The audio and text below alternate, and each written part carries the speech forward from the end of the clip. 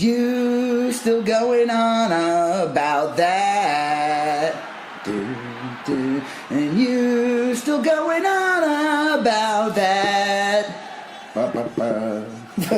You still going on. You still going on. You still going on about that. About that. Nice. That was really poignant. Thank you. I came up with that before I got here. I was going to say maybe in a dream, but this was like just daytime. Just taking a dump. Yeah. And started singing it. And it's not. This is, again, another 100% original. Right. Not based on any. Well, good, because this week we're I'm thinking now. We were going to talk about Forrest Gump, which is but yeah, we always Now I have the Bohemian Rhapsody in my head. Why? The film Bohemian Rhapsody. There's something about the intro this time that was like made you think of vaguely reminiscent of AIDS. No, not the AIDS. Oh. We are the champions. The what classic. Is that? It's oh man, you've clearly never been to a sporting event. What sports? Sport ball. Sport ball. Yeah, I love sport ball. Sport ball. I'm surprised there's not a sport ball. You know, like you think at this point, right? We're at that. I think that would be like in the future, right? When like that would be like a. I'm sure there was like a script made for like Schwarzenegger that never got made. Yeah, called Sport Ball. Sport Ball, and it's in the future. Schwarzenegger is on a team, and it's like the war. Like instead of war now, they'll say there'll be like a blurb in the beginning. And it'll say like, in the future, war is decided.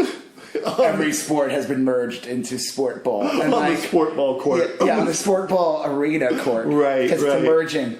And they would incorporate hockey. Yes. Foosball. Oh, yes. Wrestling. Right. Football. Golf. Yeah, golf. Probably some type of swimming. Yeah, some kind of, and it would be called sport ball. Right, sport ball. And Schwarzenegger would go through, and then they realized it was pretty much going to be Running Man. And they nixed it.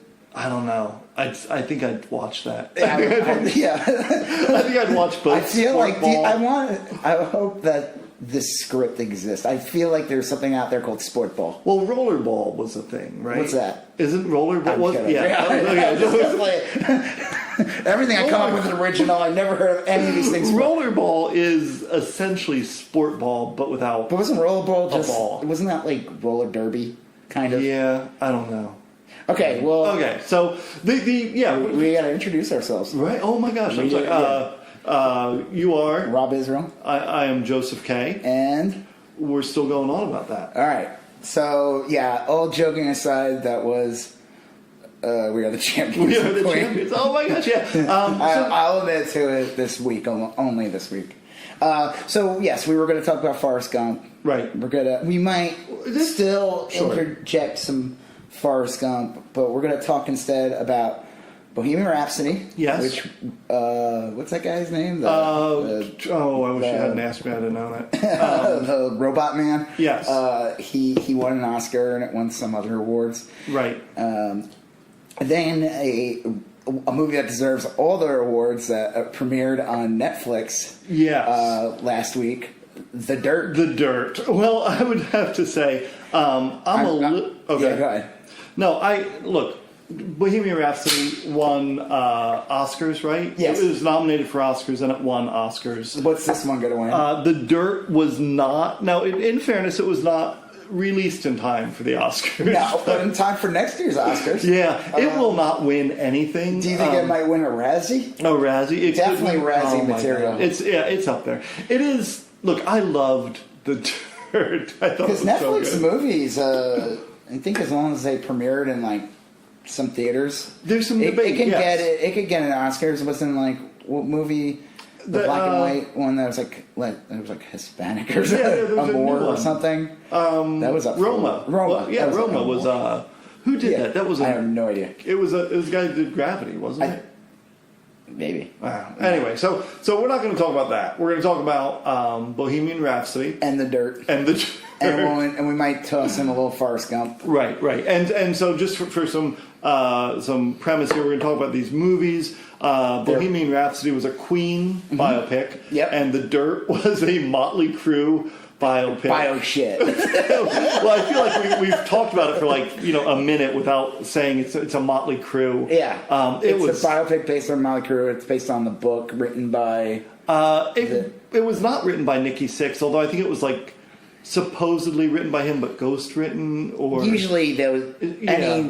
I mean, most of the time these guys are not writing the book themselves. Right. I always like to picture these people if a president's writing their memoir or something. I'm like, bullshit. They have a whole series of interns that are taking notes. Barack Obama's not laying on his bed on his tummy writing big yellow legal pad. I always picture Nikki Sixx isn't. Yeah, he's not on his little round bed because he sleeps in a round skin bed. Right. And he's not on his tummy writing in a little notepad. Right. Dirt. Dear Dirt. No, okay, Dear Dirt. So... and just make sure you guys are aware, this movie is in no relation to the movie Joe Dirt. No, although if that's a crossover screaming... It's perfect. I could see it existing in the same way. They could use the same wigs. Yeah.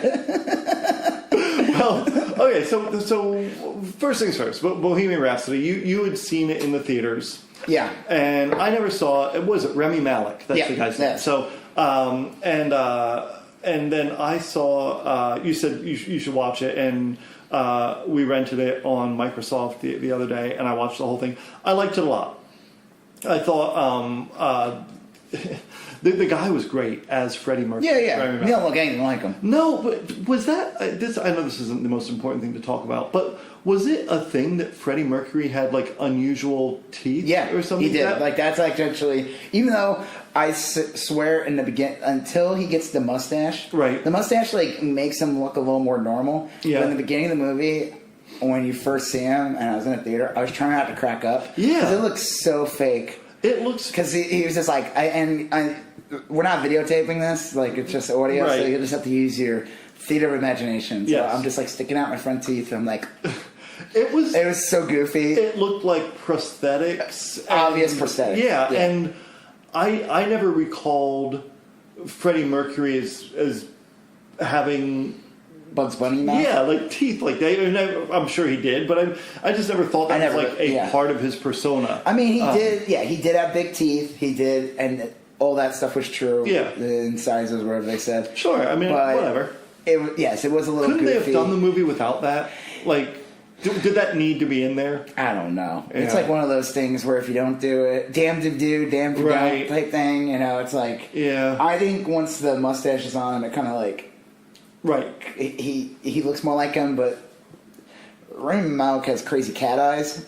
Yeah. He's like a cat person. Yes. I swear his eyeballs are double the size of most normal people. Yeah. He's an interesting guy. He's like a fish. Yeah. He's so good on Mr. Robot. Oh, yeah. And he was great in this movie. But... Okay, well, I mean, okay, so there's a couple things about this movie. For years, what's his face? They've been trying to make this movie for a long time now. Yes. They've been throwing it around. I'm sure there's been ways that they've been wanting to make this movie, make it right, make it not offensive, make it that it doesn't shy away from his personal life in any way. Make it that and so there was a lot of it took many years for this movie to get made. Yes. What's his face? The guy who played Borat. Oh yeah, right. Yes, Sacha Baron Cohen. He showed interest in it. He really wanted to make. He'd have been good, I think. And he looks like him, actually. Yeah. If you see pictures of him, he looks like Freddie Mercury. Yeah, I could see that. So you wouldn't have the goof. You wouldn't have to have him. Even though I'm sure they still would have put them dumb teeth in, and he still would have looked goofy. It was so distracting. All the way through the movie, I just kept thinking, once he has the mustache, it calms down. It's just such an interesting choice. Yeah, they made him into a cartoon or something. Well, okay, yeah. I'll keep coming back to this. But. He wanted to make it, but he wanted to do it to a point where you would not be able to take your 10-year-old kid to see it. Right.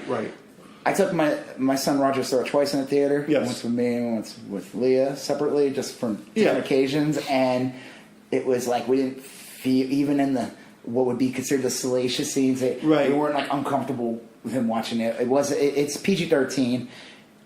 It's a movie that I think your kid could watch if you like the music. You might have to explain some things to the kid, right, the boy or the girl after. Maybe you won't, because it's all about the music in the end. Yeah. If Sacha Baron Cohen made that movie, right, it would have been like just. I mean, at the end of the day, I think the reality was the reason why this movie took so long to be made was Queen is still performing. Yeah. We saw them live with Adam Lambert that's right, 3 years ago. Yeah. And was that good? It was good, yeah. He's great. They sing some songs too. He doesn't do the whole set, Adam Lambert. Okay. He does he does the majority. I mean, he's the front man, but Brian May sings a little bit. Oh, cool. And the drummer guy. Sure. Drummer you make drum. Yeah.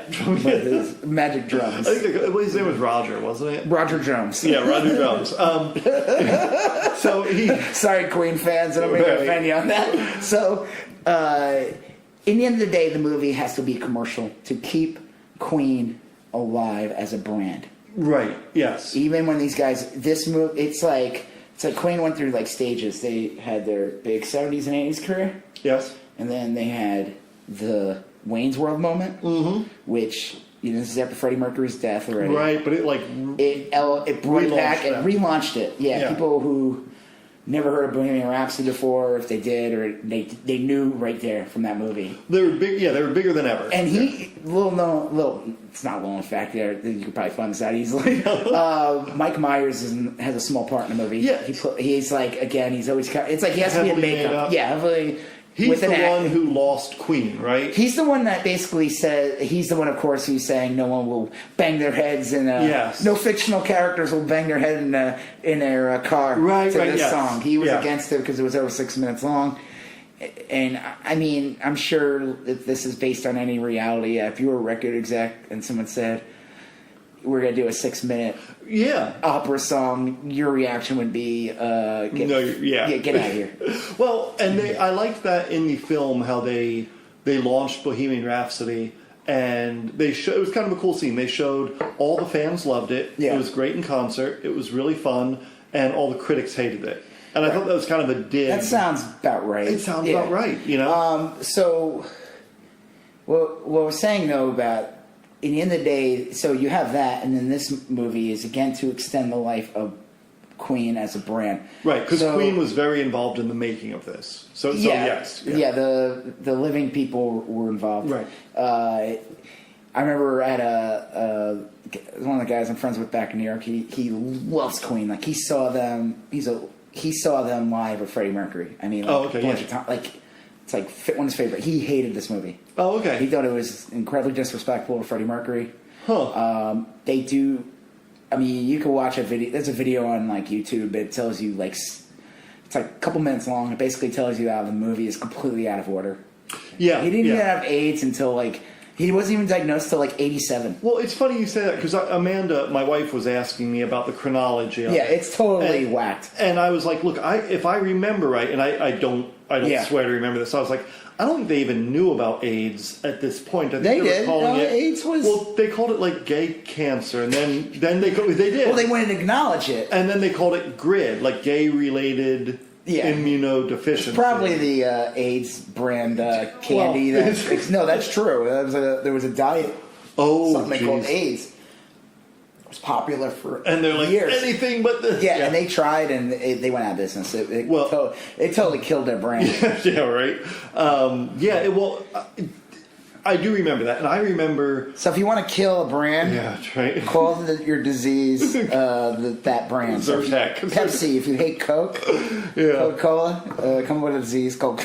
Well, I remember when that was becoming a thing, like in the public consciousness, and then when Magic Johnson came out. Well, the main one was supposedly in. I was really young when Reagan was president. I thought he was just a nice old man that ate jelly beans. Yeah, but he was supposedly a monster, or at least his administration was. Yeah, would not acknowledge AIDS. They knew AIDS was killing people from supposedly the late 70s, at least from acknowledgement of it. Yeah. They would refuse to acknowledge it. It wasn't until Rock Hudson died. Rock Hudson was a good friend of Nancy Reagan. Of Nancy Reagan, yeah. And he died of AIDS. So he was like the first major celebrity to die of it. So once people, it was already becoming a public conscience. Right. But once he died, then Liberace died. Yeah.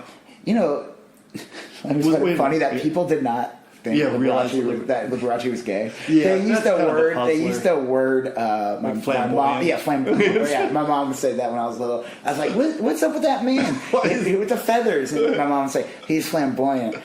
Yeah. Which even back then I was like, wait a minute. I know it. I'm like Ralph Wiggum or something like. Oh, wow. He's flaming. Do you think they must have known? You know, right? Like it's one of those things. Yeah. You know, it's like anything. People like to place things in boxes if they don't have to think about it. Right.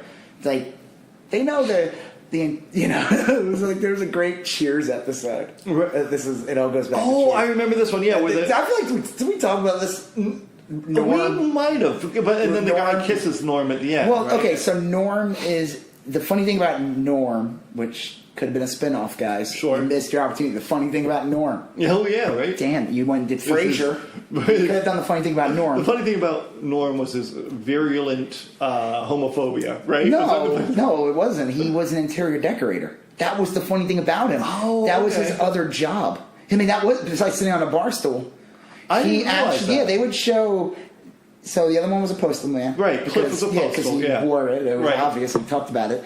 Norm never really did. So a couple episodes they would do, and they would show him. He was an interior decorator. Okay. Norm. And he could not... He gets introduced to these, like, yuppies. Right. And they would not hire him based on the fact that they knew he was straight. They want their... It's like everything has to be in a box. Right. So even though they don't want to hear about it... But they accept it. They want the interior decorator to be gay. It's like you know, as long as you fit into this classic stereotype, we're okay with this. So Norm has to pretend he's gay to get the job, and he tries to trick Ted Danson. Okay, and then like in the end of the episode, he comes out not being gay. Right. I have a vague recollection. And they're like, fine, we'll let you do it for half. Like that's how it ends. It's like, well, there's another. All right, that kind of went a little out. Okay, so the point is that the movie is a product to sell Queen. Yes, that's what it is. That's the main thing. If Sacha Baron Cohen's got his hands on it, he would have destroyed Queen. He would have. I think he would have turned it into what was the movie Bruno. Right. Yeah. It would have been more honest. Maybe, but I think it would have been disrespectful. It would have been like the Hammer of the Gods version. It would have been like, it would be something like you wouldn't be able to, definitely would not take your kid to see. Right. And it would, who knows if it would be played seriously, it might be played for laughs, who the hell knows. Yeah, there's probably a reason that movie wasn't made. Right. And they want to sell a product. So the guy that I knew who loved the band, hated the movie, he said that this is a evidence of what happens when the people that are living get to write the story of the dead. Yeah. He could not represent himself. I mean, everything's out of order. Which is fine. I mean, if you can deal with that, they do it. You know, they do it for what's up? Oh, they do it for they want to end it with Live Aid. Yeah. And they try to create this whole thing. The band broke up, even though if you look it up, they toured a year before. Yeah. They made this whole plot in the movie. So spoilers, guys. They make this whole plot where Freddie's getting really big now, and he's going to go on a solo career. Albums, yeah. But all the other guys had solo albums before Freddie even did. He did in real life, like the drummer, drumming McDrum. Yes, Roger McDrum. Roger McDrum. He had his own solo album supposedly years before Freddie Mercury did. Well, I know Brian May did work with other people too. Right, so it's just this creating this bullshit story. But the thing that bothered me about the movie, and that's why I wanted when we were going to talk about Forrest Gump, right?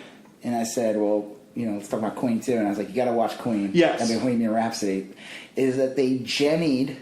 You familiar? They Jennied Freddie. Yes, and that brings us kind of not full circle, but quarter circle. Like you said, And then Norm showed up from Cheers. we were going to do Forrest. We had the best of intentions to do Forrest Gump. You said go watch Bohemian Rhapsody before because I want to talk about the. And then you told me to watch The Dirt on Motley Crue, and I said we got to talk about this instead. And that's when everything went to hell. Yeah. The Dirt. So he got Jennied. Yeah. And the Jenny, what is getting Jenny? Okay, what is getting Jenny? Yeah. Everybody's doing it. It's a brand new craze. Oh, right. No, so like if you, Forrest Gump, it's like I call it like what's the best way to describe it? Baby boomer porn. Okay. Oh yeah. It like just makes the baby boomers. It's like a feel good big chill. Yeah, it's like just celebrating the baby boomers. Like they don't get enough credit. Though. They don't. You know, I think they need more credit. You know, they're just never going to give up. Yeah. And they'll leave.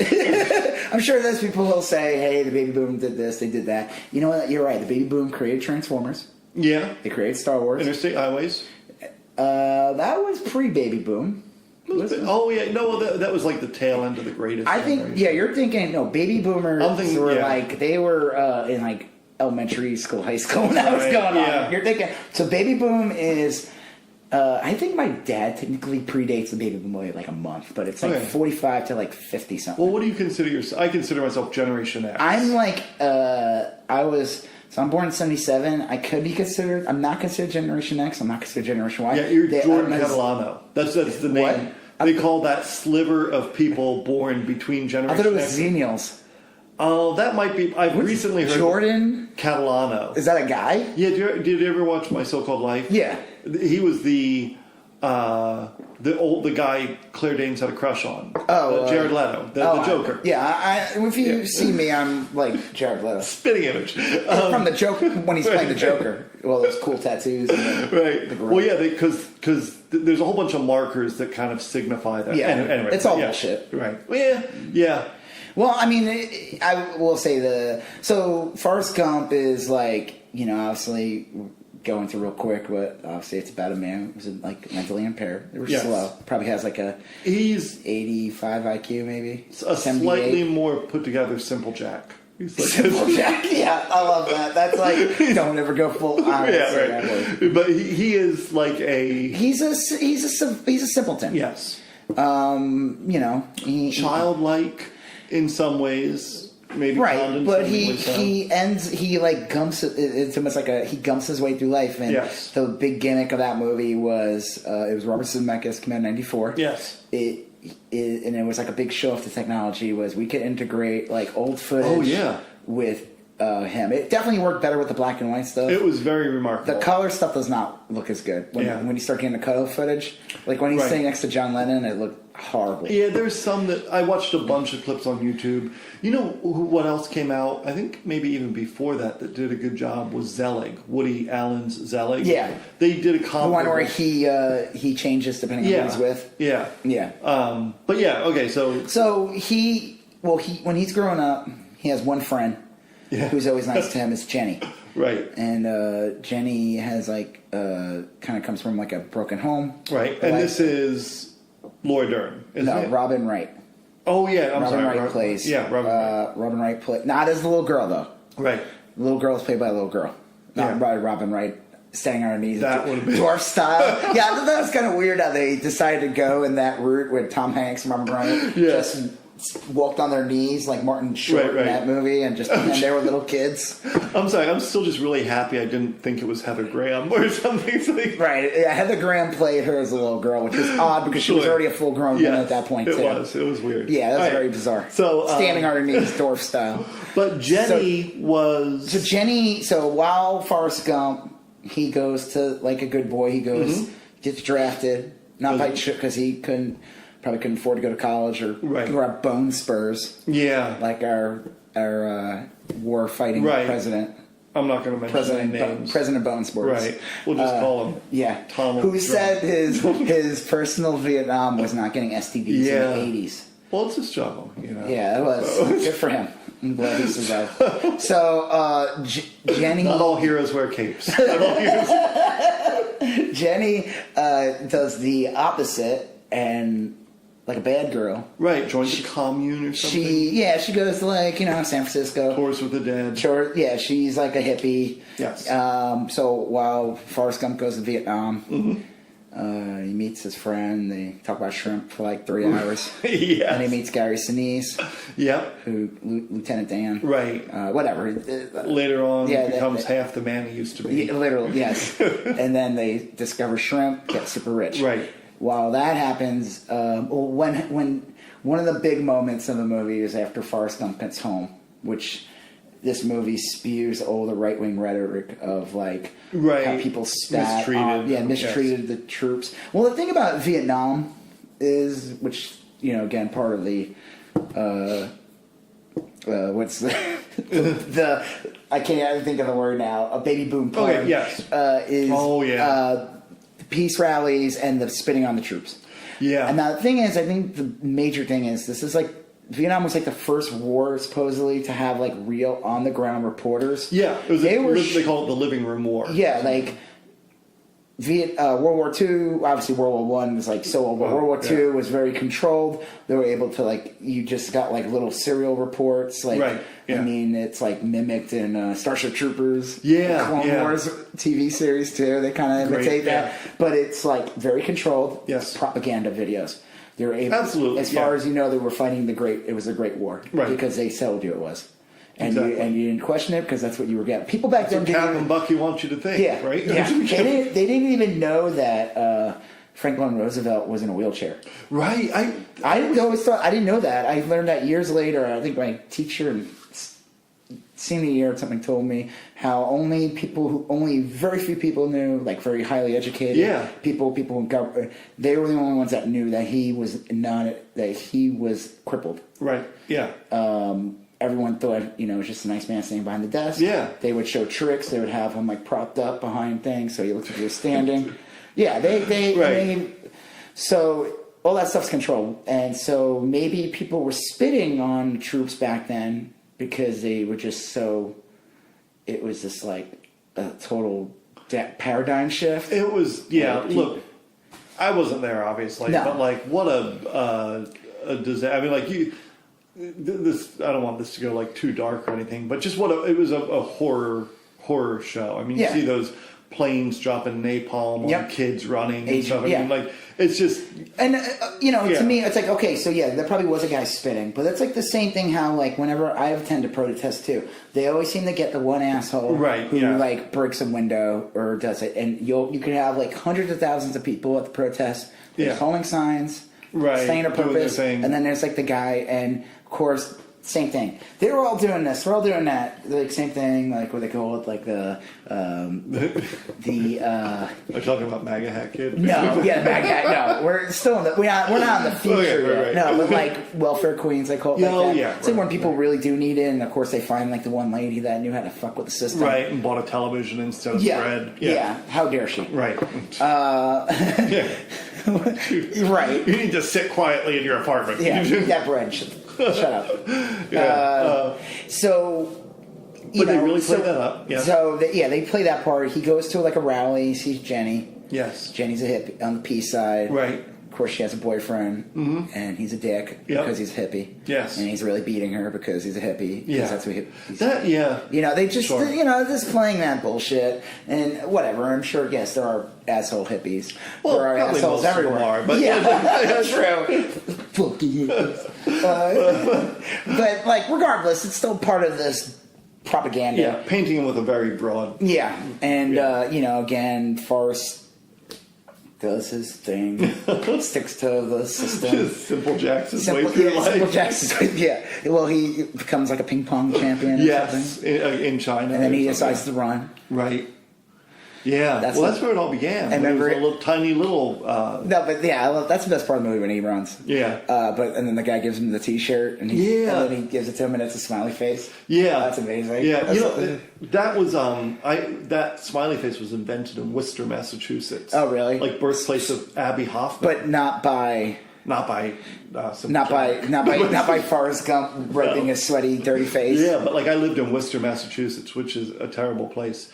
But they were known for Abby Hoffman who's in the awesome. movie. Yes. They don't make him out to be. They don't demonize him in the movie. No, They don't demonize him. He's more like a lovable prankster. Yeah, but I mean, even in Forrest Gump, he's just like he's speaking and everything.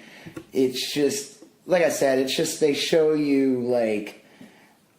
It's like the movie's just trying to hit you over the head with like, oh, these hippies are evil too. Or well, let's get to the okay. Jenny. So Jenny eventually meets up with Forrest again. Yes. So throughout their lives, they bump into each other. I guess. Oh, he does. She does go away to college. That's where it starts. Probably Sarah Lawrence or something, right? Like a real. Yeah, maybe I don't know. But that's it. She goes away to college. And then that's where the beginning of the splitting. So that's early on. And then eventually he runs into her and he's got his Bubba Gump money. He's got his Apple stock. Right. Yes. You know, and, he's with Jenny. And Jenny's now, I think, like a school teacher. That sounds right. She's kind of calmed down. Right. But she's got the AIDS. Yes. She got the AIDS. Yeah, she got punished for living a lifestyle of wanton abandonment. Yeah, and she was punished, and so and then they get married, whatever, and they have a kid, and like you said, the book, the kid dies of AIDS or something. Gump 2, Electric Gump, Electric Gumpaloo, Gump harder. He Gump harder. One of the early treatments was that Little Gump died of AIDS, like in chapter 1 of the new book. Good times. Yeah, but yeah, that's how the movie Sixth Sense comes about. Right, it's the same kid. It's the same kid. I see Gump people. Yeah. So I see Gump people everywhere. Yeah, right. Yeah. So Jenny got Jennied, and that's not like a super common thing, but it's like. But it's like it follows. It's a trope. She didn't follow the rules. Well, she tried to break the rules. It's like the girl who has sex in a horror movie, right? Yeah. Like the girl that the girl that doesn't is the supposed virgin in the end is the one that lives. They touch on that a lot in the House of Cabin in the Woods. Cabin in the Woods, awesome movie, and they even bring up though. I like when they bring up that's got Chris Hemsworth in it. Yep, yeah, Thor. And they even bring up a good point. Like there's like a mist that they're spraying, so their personalities become. It's like the gods expect everyone to fit into a dynamic. Right. He has to be the jock because the stoner guy says like that guy's like super smart. Right. He's not a meathead. Yeah. They think he look like one, and the other one's not a whore. Right. The slutty girl. But they fall into it's the mist. Yeah. And the best is the girl that they deem the virgin's like, I'm not a virgin. Right. That's the best part. Yeah, that was a great movie. That was the opposite of Jenny. Yeah. But they all got Jenny in the end. They all got Jenny in the end. Yeah, spoilers. Yeah. Okay, so now Freddie Mercury. Yeah, so when I watched Queen, Bohemian Rhapsody, I was like, oh my god, they're fucking doing the same. They're gonna Jenny tired shit. Yeah, because in the movie, he meets them. Nothing's true. Like how they met in the movie's not true. Supposedly they already knew each other in college. They already were like involved. It was a local music scene. They probably all knew each other. They were in the same art school or something like that. And they didn't just sit in the back of the thing and start singing. And they're like, oh, you should join our group. We'll kick the singer out. Yeah, none of that happened. They start to go on tour. Of course, Freddie meets a girl. Yeah. He does. Well, I guess, they do say, and people always thought that he was just straight up 100% gay or homosexual. Yeah. And I guess in reality he was like bi. Yeah, I don't know. But I think by what standard, because he still ends up with a man in the end. He don't see, and I don't know the real, I'm only going by the movie. Sure. He's only sleeping with men. He's not having like flings with other women. Well, they even show him like he had a very chaste interest in this woman, right? And they show that scene where he's like on a payphone and a guy walks into the men's room, and it's kind of implied. That's Adam Lambert, actually. Oh, is it? Yeah. Oh, that's so funny. That's the guy who's in Queen now. Oh, I got to go back and watch that just for that scene. Well, yeah, but like, well, that's actually jumping back. That's a good example. Where so he started at that point. He's already starting to sleep around. Yes. And then they show the rest of the band members. They quickly get married. Yep. They're all married. They all have kids. The Queen is just a 9-to-5 job. Yeah. And then they show like one party. Freddie, they skip a couple years, and Freddie's got the mustache, the classic mustache. The bicep. Yeah. Tank leather, top thing. Yeah. He's got the full Freddie Mercury cartoon outfit. Right. And he wants to have a big party. Of course. It's filled with all kinds of things. It's got drag queens. Got circus midgets. Right. It's a excess. Yeah, and I guess he just had one party, and that's where he got the AIDS. Well, we'll get to the bands. The rest of the bands there, they don't want to be there. Right, they're with their wives. They're just like, oh, we just want to be home, doing this simple, doing this simple thing. Just I work 9 to 5 in the Queen coal mine. Yeah, right. And then I punch the card and I go home.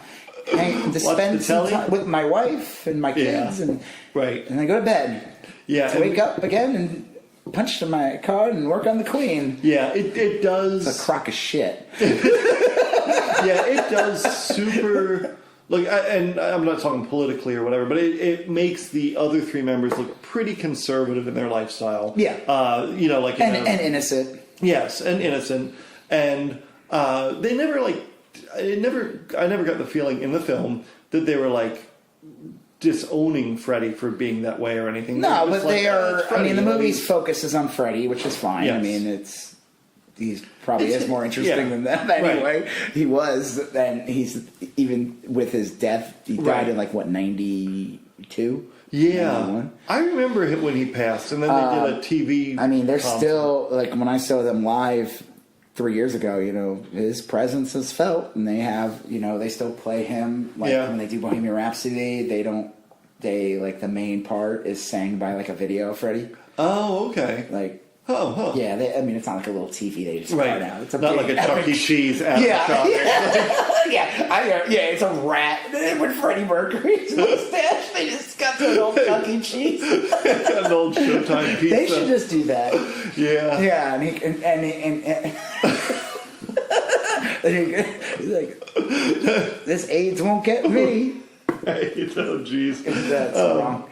Yeah. It's not funny. So, but they did Jenny him. They Jenny him because the rest of the band supposedly follows this puritanical bullshit, just like Forrest Gump followed it, or and so Freddie Mercury gets punished. Of course, they have the classic gay villain. Oh, yeah. You said that they call it the classic gay villain. Yeah. A good example of classic gay villain is Lion King, Scar. Yes. Yeah. Scar is a classic gay Hollywood villain. He really is, because they show him later he has no interest in the women. Right. When he's running the kingdom. Right. And he's got it's the most fucked up movie. We should do a Lion King podcast at some point. We'll wait till the new one comes out. Because Lion King, I think, is one of the worst fucking movies. I mean, it's amazing, but it's one of the worst messages ever. Yeah. I mean, I'll save it for that other podcast. It is a bizarre little... Yeah. Yeah, but Scar's one of them. Yeah. And so, there's the Scar of Bohemian Rhapsody is this guy who works for the record company. Yep. And I guess they had a relationship in real life. This is a real person. Yeah. I don't know, again, how much... I'm sure all this is completely fabricated. Yeah. But, this guy is the one... He's the one who's trying to push Freddie away from the rest of the band. Right. He's the one... And he's selling tabloid stories after they broke up and stuff. Right. Yeah, he's the one that's getting him drunk, getting him all the drugs, getting him all the men. He's the one that's trying to get him to be a solo career or whatever, supposedly. And he even pinned it on the other guy. Yeah. But again, we know that the other guys had solo careers too. This again is all fabricated. Yeah, it was. I get the idea that you want to make a movie and you got to do it in 2 hours. And I think biopics are really tough. Right. Well, oddly enough, and I'm not going to jump into this yet, but I think the Motley Crue biopic, The Dirt, handled it pretty well with bear with me here. They're all alive. Well, yeah. They're all alive somehow. But there's a scene in The Dirt where they show the attorney and another guy talking, and Mick Mars breaks the fourth wall and he looks at the camera and he's like, look, both of these guys had an equal role in our success, but only one of them's going to be in the movie. Right. And that kind of sucks. And then the other guy vanishes. Right, for the movie, they yeah. And that, I love that. I thought that was like a pretty... It's a fun way to say, hey, guys, this is a cartoon you're watching. This is a drama. We're going to cut some corners. We're making a movie here. So, and I mean, unfortunately, they're not going to do that in Bohemian Rhapsody because they really want to play that for serious. But during their Oscar speech next year, I hope the makers... Well, they already did have... Oh, you're talking about Dirt? No, about the Dirt. Oh, yeah, the Oscar speech. Yeah. I can't wait till they all win awards. Re-awarded in the Oscars to the Dirt. All right, so, but yeah, I get the difficulty of condensing 20 years of music. Yeah, it's very difficult. I mean, did you see the NWA movie? No, Straight Outta Compton. Yeah. No, I didn't. I wanted to. Was it? That's a good movie, but again, just like all biopics, I always remember the VH1 movie of the weeks. Oh yeah, do I? Some of them are awesome. Yeah. Some of them, I mean, they're all terrible, but some of them are awesome. Well, even it's really hard for, especially any type of biopic. Right. It's tough to like avoid that like trap where it just becomes like a TV movie of the week. Right. I think Queen does a good job of not doing that, though. Yeah, I would say so. I would say so because you got to have the hits. Yeah. Nobody's gonna, when you go see Bohemian Rhapsody, you want to see them make the song Bohemian Rhapsody, and you're like, okay, they're gonna play. And how they came up with all is complete shit. Like, they were saying like when they come up with another one bites the dust or We Will Rock You. Right. They made it sound like it was like the mid '80s or something at that point. Yeah. And they were playing in the '70s or like I don't know. The whole thing is just. I mean, it's a movie. Right. And the next thing you know, like they're singing Radio Gaga at Live Aid, but they never went through that album, which was kind of a weird. Well, I thought the Live Aid thing was like 100% recreation of the Live Aid. But like they skipped over the part where they released the album with Radio Gaga on it. Oh. So I mean, like, I'm talking like minor inside baseball. Yeah, like we bought the Blu-ray and like because my son loved it's all about the music. Right. I wish that he could watch the Dirt because he does like that music too, but it's going to be a few years. He can't watch. Yeah, the movie begins with literally a woman squirting across the room. Yeah, and by that I mean, and I'm not talking about a water gun. No. So, but and I guess we can move on to this. But with Bohemian Rhapsody, I didn't watch it with my kid, but I 100% would have watched it. I just don't think my daughter likes the songs, but she wouldn't have. Just play the concert again. Yeah, right. Just play the 20-minute. Because the Live Aid thing's the best part. So like, all right, so. I'm not attacking this movie. Like, it's still structurally and everything. It's still an entertaining movie. I mean, I don't think it deserved Oscars. I don't think it was, like, I don't know. I don't know what Oscar-worthy movies are anymore. Yeah. Because I don't think maybe they never meant anything, and I was just younger, and I thought, like, but when I saw this in the theater, I wasn't like, oh my God, this deserves all the awards. No. I mean, Rami Malek is good, but at the same time, I don't know. Those prosthetics, though. Yeah. Why would they do that? I don't know. I mean, I get, like, because they say... It's the first couple minutes where it really... Yeah. You're just like, good Well, and they call it out, because the first thing Roger says is, like... Roger McDrum. Yeah, Freddie's like, I want to be your singer, or something like that, and the guy's like, not with those teeth, or something like that. And then... Right, and then another time in the movie they say something like... Oh, the British. Yeah, it's the. Why don't you get your teeth fixed? And he's like, well, right in England. Yeah, I'm in British. I don't want to. I'm in England. I don't want to stick out. Yeah, that was great. And I bet you that part probably was. Any scene that was like recorded, I think they. Yeah. That scene is probably like pretty accurate. You can probably find that. Yeah. Who knows? I could be wrong. But if they had like not done any prosthetics with his mouth and just said, oh, his teeth are weird, I would have been like, sure, sure, why not? Yeah, he doesn't have to have giant buck rabbit teeth. It's like he doesn't need to look like Frank from Donnie Darko. Yeah, and by you mean the actual bunny, right? Not. So like, I think the problem is like, you remember Andy Kaufman movie with Jim Carrey? Yeah, and it's like they always gotta like alter the face. Yeah. See, I always liked old Saturday Night Live, like real old ones, when like Chevy Chase was Gerald Ford. Yeah. And they put no makeup on him. Right, they're just like, hey, he's Gerald Ford. They didn't make his hair gray. They didn't make him look bald. Yeah. He's just Gerald Ford. Right. And you accept it. And you accept it, and it's great. I mean, fine, you don't want like some guy with like a big blonde afro to come out and go, hey, dude, I'm Freddie Mercury. Right. Like, that's ridiculous. Yeah. But you're right. We don't need to have You don't need to. giant veneer, like, that sticks up, upper lip out. Yeah. Right. I was like... Yeah, he did look like a cartoon. It was really... And again, like, I remember growing up, like, people always said, like Mick Jagger's signature feature work was his lips. You know? And so, like... That's kind of ingrained in my consciousness. So if they make a Mick Jagger movie now, then the guy who's playing, they're gonna give him they're gonna give him those wax candy lips. Yeah. So maybe I don't know. So, but now that I told you, they Jennied Freddie Mercury. Yes, they did. I mean, I'm sure Brian May. They're all alive. Mm-hmm. Yeah. I mean, but like, really, you didn't do any drugs. Really, you didn't bullshit. Yeah. I don't believe. No way. You right. Like, I'm not saying this guy was sleeping around on his wife, or anything like that. No. But like, don't make these guys out to be like just boring. Like, they didn't even want to hang out with Freddie. And I'm sure maybe they probably didn't want to hang out in his scene. Right. Yeah. But they definitely were partying. Yeah. Come on. Yeah. Give me a break. Yeah. Like, it's not plausible that they wouldn't be. I don't know. Maybe they were. Maybe they were super boring. They're like, when I get home and punch out of the old queen. Yeah. The queen, going to the office. Well, okay, so it was a good movie. It was okay. Not as good as The Dirt. No. The Dirt is a Netflix movie. Yeah. And this is why I was going to just talk about Forrest Gump and go on a tirade about it. I'm getting in a good mood just thinking about this movie. The Dirt, you told me to watch. My wife said watch it, and I was gonna watch it, and then like there was nothing on last night, and then we were talking about Forrest Gump, and I said I couldn't even. I wanted to rewatch it again, even though I kind of have it. I've seen it a bunch of times, I've memorized it pretty good. And you're like, you gotta watch The Dirt. So and so I started watching that. And just 5 minutes in, I was like, yeah, we got to talk about this movie. It's okay. So, the Dirt. So we decided. I watched it. Yeah.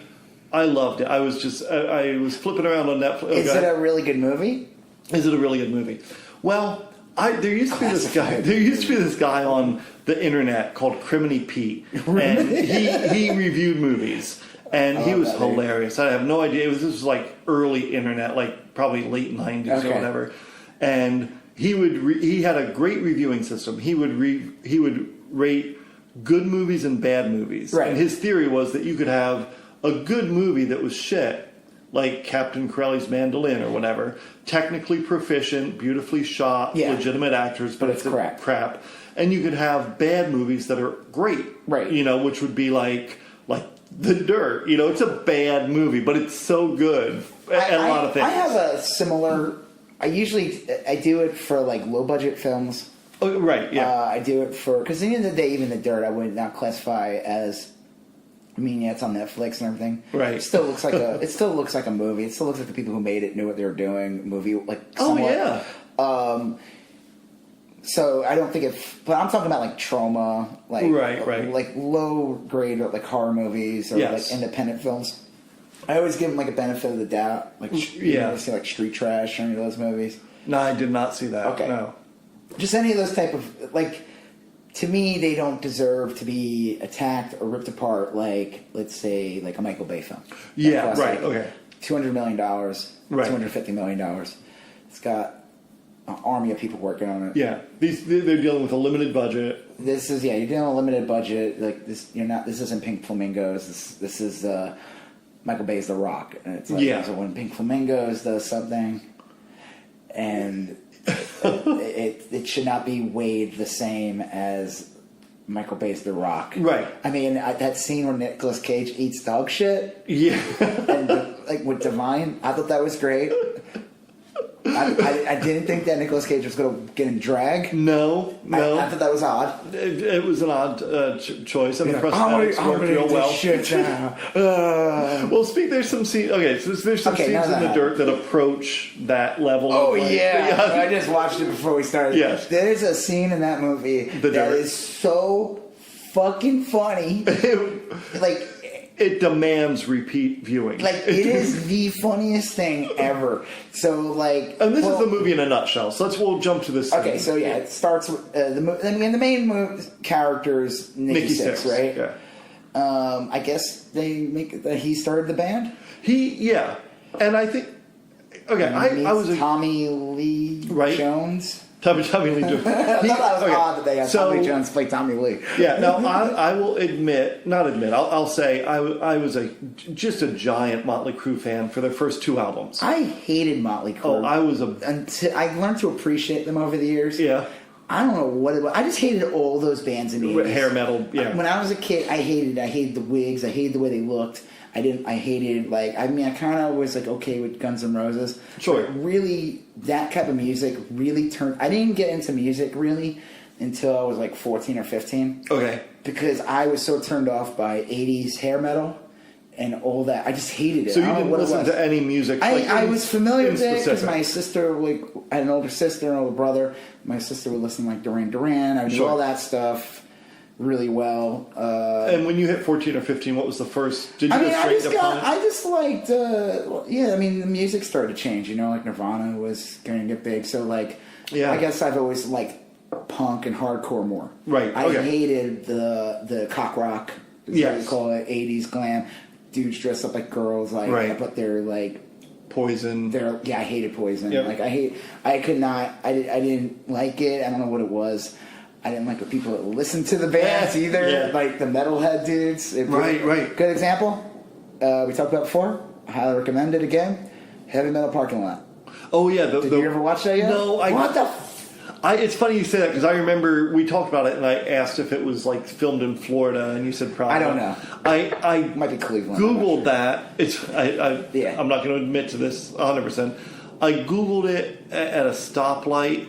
And I got it going. Yeah. And then I was like, I can't watch it. You would have crashed your car. If you watched that while driving, you would have crashed. So I think I have That's a good example of why I did not. Yeah. So, it wasn't until older, and then, I still hated, hair metal. Right. I call it cheese metal. Yeah, sure. That's a good one. But, I would say, though, I've learned to appreciate, Motley Crue is not cheese metal. Motley Crue, there was a crap ton of bands, White Lion, and all these, Dawkins. Yeah, those were fucking cheese metal. Right. They all had their power ballads. Warrant. I remember going to see Skid Row live. Oh, I saw them live. Yeah. Okay, so Skid Row live in '95 at the was it Irving Plaza? No, it was at the church. Do you know about New York City? There was a place, and it ended up turning into a big dance scene, but it was at an old church. Is it in Manhattan? Yeah, it was near in Manhattan. Broadway. It was 23rd Street, or I think I know exactly what this is. So it's near Avenue of the Americas. You ever seen Party Monster? No. All right, so it was Limelight. Okay. And it was an old church, and it converted into a dilapidated place to see shows. It was awesome. Yeah. Okay. I would probably. And you saw? I was discussing. Well, I've seen many bands there. Yeah. I would go there. It started turning into a big club kid scene. I wasn't ever really part of that. Sure. That would start to happen after the show was over, and you would see definitely the crowd shift. And this is when Ecstasy was becoming big. Right. Mid '90s, early mid '90s. So. I saw Skid Row when they were basically in Skid Row. Okay. Their career. Yeah. And it was really funny seeing them live. They had some opening bands that were actually pretty good that would not play with Skid Row. Okay. And of course, this is post Nirvana, all these metal, these cheese metal groups. Yeah. That stuff's dead. People moved on, they're cutting their hair. Yes. Remember the band Helmet? Yeah, Everyone started to look like the dudes from Helmet. Right. Everybody was throwing away their fucking leather jacket. Lipstick and eyeliner. Guy liner. Got throwing away their hairspray and mousse and all that. Yeah. But Skid Row, man, they were Sebastian Bach. He was going to stick to it. Well, he went on a rant. I remember seeing him live, and he would be like, as he sounded, he's like, we go to Japan and we sell out stadiums. Right. He's going. I'm like, yeah, well, you're not here. You should be happy we're here. Sing a song. Yeah, sing a song. 18 to life. Yeah. So 18 to life, they told. So my favorite thing was because back then, it didn't even matter if you were playing a show with the other bands. People are going to treat you like they treat the other bands. So dudes were coming on stage, and they were like taking the mic from him, singing like on hardcore shows, because the singers in other bands would pass the mic. Yeah. So people were just doing that. And my favorite part of that show was when it was time for Sebastian Bach's part. Right. He was like, "Hey man, don't do that." Like he was super pissed. He this is my golden, this is my part where I go, or whatever, or whatever he does, and it was so good. I would have loved to see him do a set of his Gilmore Girls songs. Oh, I love him in Gilmore Girls. He's the best. Good. Hey, listen, I learned to appreciate him too over the years. I think he had a nice run on Broadway. I think he did. He did, yeah. Not Phantom of the Opera, but yeah, I think it was. Was it Phantom? Maybe. Sure. Whatever. Yeah. But I would love to have seen a play made out of that performance of Skid Row live at the Limelight.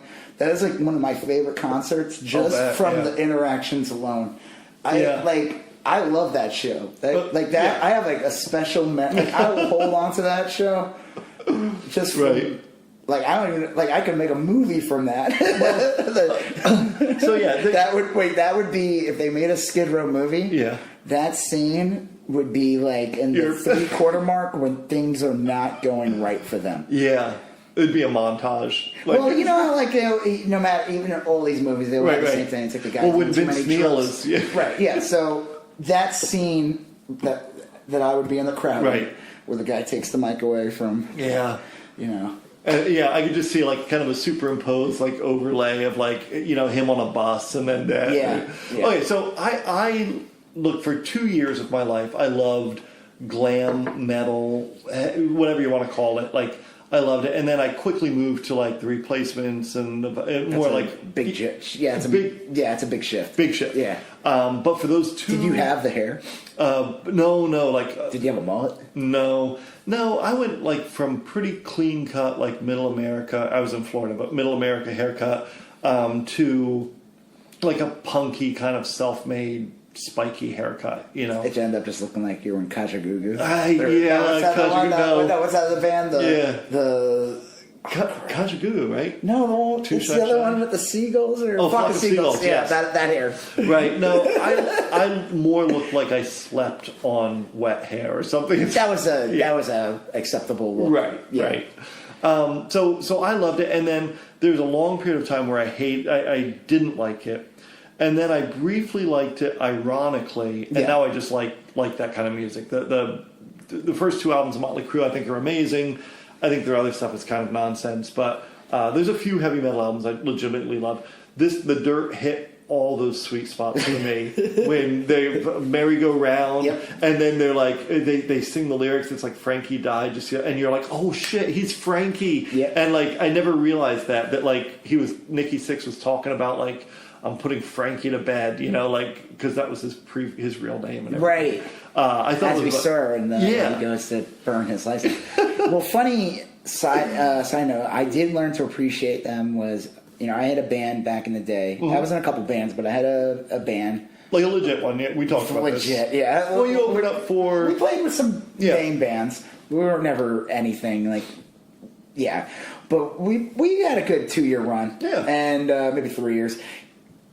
People would actually go to our shows and knew our songs. Which was crazy. We were what? Out of nowhere. But we were on a couple of, not mixes, what do they call them? It was CD collections, bands. Oh, yeah. What do they call it? Is it mixes, or what would they call it? Compilations, yeah. We were on several compilations, so it was a good way to get our music out. Yes. And there's some big ones in Long Island that were released.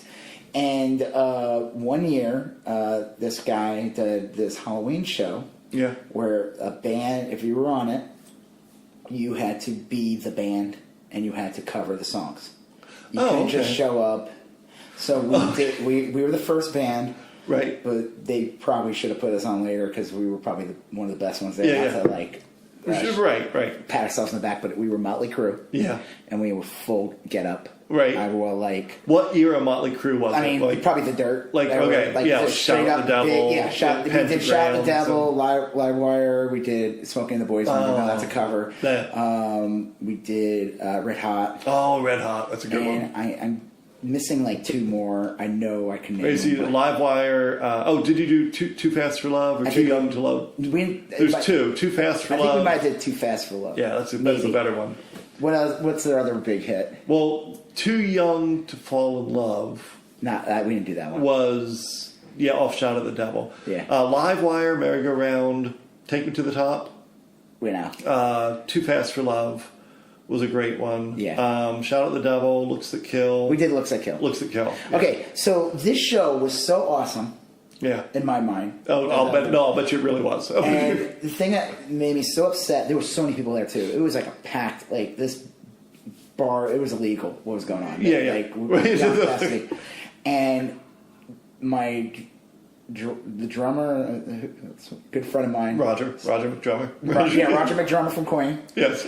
His brother was taping it and he did something wrong to the camera. Oh, jeez. So none of it captured. It's like in the shadows or something. Like he caught the audio or something, but he didn't catch. And to this day, I was like, "That's like probably the best show we did." Like, I bet that would have been amazing. And I mean, I'm sure it looks like shit or something, but it definitely would have been a fun thing to watch. I mean, it was fun, and it gave me a real appreciation for that band. I bought like a giant cucumber, put it in my bike shorts, and I just threw it in the middle of the show, cracked over some kid's head, and then like. After the show, I'm not wearing that fucking wig anymore. But I'm still wearing like the super tight outfit. Yes. I was in pretty good shape in this time, so I was okay to do that. That was in my running prime. Yes. Like a 165. Oh, nice. Fighting weight. Yeah, fighting weight. Yeah. Now I'm like 865. Joseph, usually before we do the podcast, he gets a tractor trailer. They pick me up with a forklift. We're usually doing shots of ranch dressing. Yeah. And I get washed myself with a stick.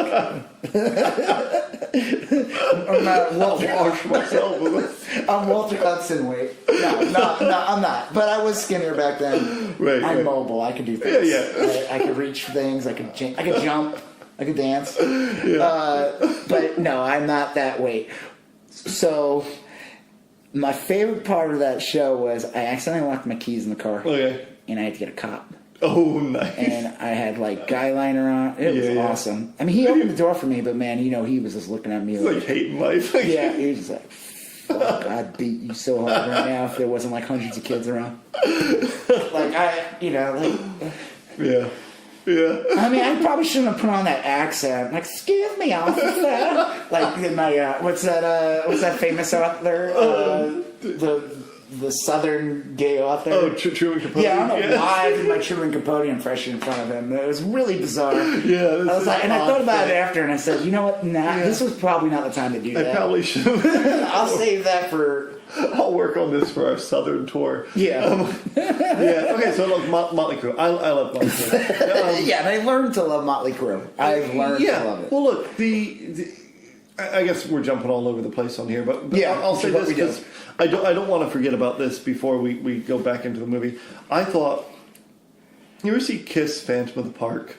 That is a horrible movie. It's terrible. That's a bad movie. But that's a kid's movie. That's literally made by Hanna-Barbera. Oh, yeah. And one of them is voiced by the guy who does Shaggy. Yeah. Well, it's they overdubbed him. Ace Frehley was so disinterested in making the film that they dubbed his voice. Yeah, it's like he sounds like Shaggy. Yeah. He's like, no kidding. There's a scene where like it's broad daylight, which is fucking weird to begin with.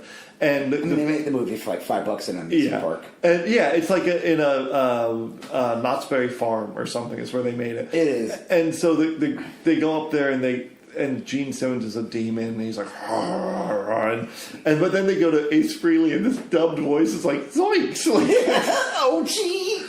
Yeah. So no, that was not The Dirt.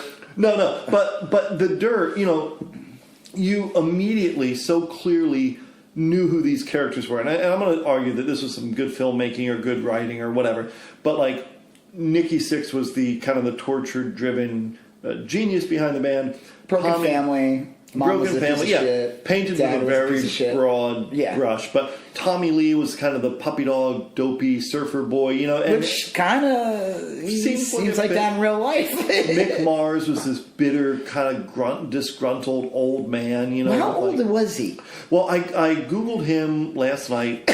Nobody knows. Really? If you look on his Wikipedia page, it says that he's currently either 63 or 67. So he was vary. probably like just 10 years older than everybody. Well, because Nikki Sixx today is like on Wikipedia is 60. Wow. And they have. Well, I guess it makes sense. I mean, this was the beginning of the movie's like 80? Right. Is it late 70s, 81 or something? Had to have been because Shout at the Devil came out in 85 probably, and Too Fast for Love came out a couple years before. Yeah, so I think it's 81 because somebody pointed out something. They said that this movie, they did a bad job in that one of them was wearing like a Hulkamaniac shirt or something. Oh, and it was 81, and they said that Hulk Hogan wasn't even in WWF yet. Right. I mean, yeah. again, nerd, but whatever. But Right. if you're going to make a movie that takes place in that time period, a little attention to detail, yeah. Yeah, spend like an extra 5 minutes. Like, Yeah.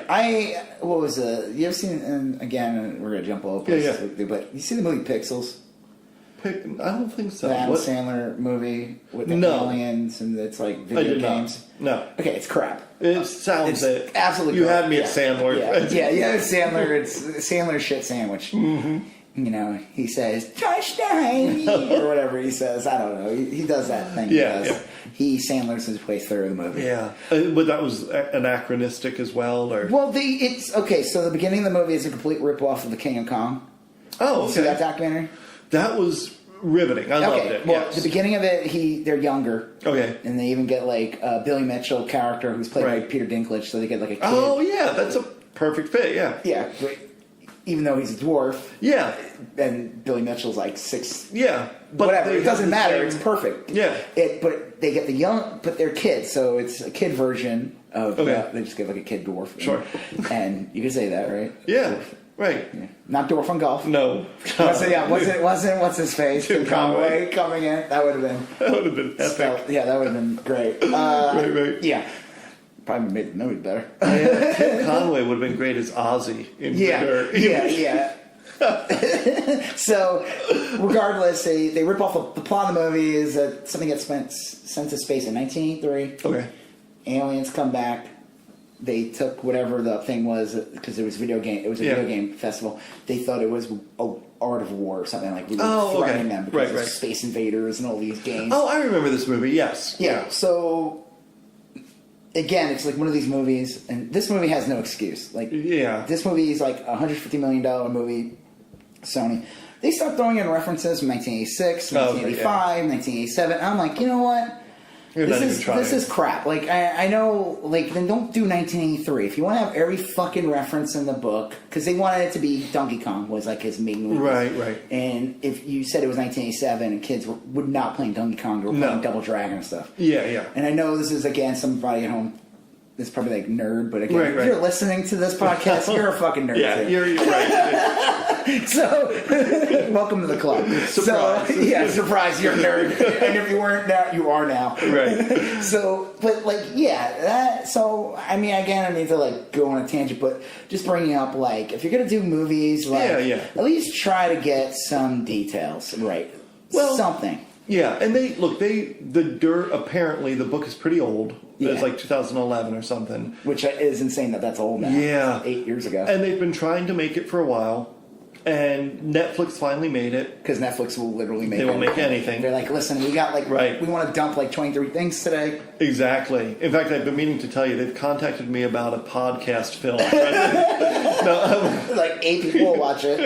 That'd be great. So, look. It was this a big budget? No, this was not a Hollywood movie. I think they filmed it. I would say it didn't look like a shitty TV movie. No, they filmed it in New Orleans, outside of New Orleans, which I found a little surprising because I would not have thought that from the film. You know, I mean, it could have been filmed anywhere. Yeah, I mean, I know you could recreate things with a street corner, but it was it was really good. I thought the way they laid out all the characters was really well done. Like immediately, very quickly in the movie, 5 minutes in, you're like, okay, this is that guy, this is that guy. Yeah. He's the kind of goofy puppy dog guy, is Heart of Gold, and this guy is, yeah. Right. And it was like, okay, even if you'd never heard of Motley Crue, you're like, I can follow along. And I thought that was a very well done. The guy that got to play Vince Neil looked absolutely nothing like Vince Neil. I mean, I would. And my wife told me about this movie before. Yeah. And she brought. What did she said? Did she like it? Or? I mean, she said it was terrible. Yeah. And she said, like, and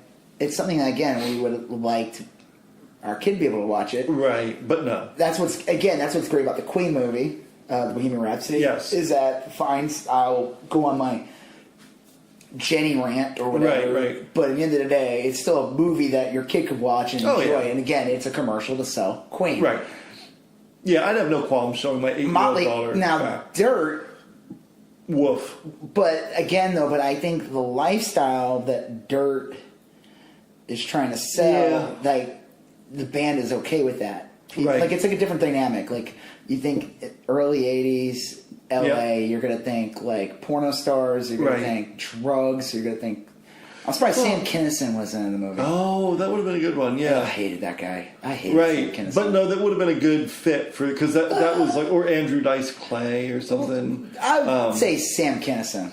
Yeah. But yeah. Well, here's the thing. I never read The Dirt, even though I love reading music, even band. Like, I read Rod Stewart's biography, and I thought it was amazing. Did he have to have his stomach pumped? No. Did you ever hear that one? Yeah. Where did that come from? Are you thinking, is that Rod Stewart? Yeah, Rod Stewart. Okay, so there's two different I was thinking of the Richard urban Gere legends that go around that will never die. Right. Richard Gere with the gerbil. Yep. And Rod Stewart with the stomach being pumped with he may 65 gallons of something ridiculous that he had to have. And there was this guy I used to work with, and I remember making that joke, and he got so mad. He was like, "No way, Rod Stewart got so many chicks." And I was just like, "Okay, but, it's kind of a joke." But how did that start? Like, I don't know. It's so. I think the gerbil thing. Yeah. Maybe that's true. Maybe it isn't. Yeah. That is a crazy world. But the other one is insane. It's physically, it's impossible. Well, it's ridiculous. I mean, that's a like. Well, if I opened my fridge and saw what a gallon of milk looked like, I could do some math on the back of my napkin. And that's a lot. That's a lot of loads. Right. All right. So here's the thing. I never read the book, but from what I understand, the book is all about Rod Stewart. Well, no, the book's really problematic, and not in the love, death, robots way. In the book there was some pretty plausible or credible instances where they bragged about what seems to be rape or pretty horrible. That's why I always think when we talk about the Me Too movement and stuff like that, I'm like, oh my god, that's why I said certain celebrities, certain people, that shit would never fly today. Yeah. I mean, what's one of the famous ones is what's that show? Her dad was a famous musician. She ended up doing a lot of drugs. She was just on Orange Is the New Black last year. Oh. You remember that sitcom with Schneider? Yeah. Mackenzie Phillips. Oh yeah. And her mom was in the Pop-Ups. Yeah, was it Mackenzie Phillips? Yeah. Yeah, she was on that TV show. Right. She ended up leaving the show because of all the drugs. Yes. But supposedly, in that time period, her dad basically pawned off his 15-year-old or maybe 15, right. maybe younger, to Mick Jagger. Yeah. And I just find it amazing, though, how, people bring up things, but, Mick Jagger's just at home right now going, with his wax lips. It's yeah.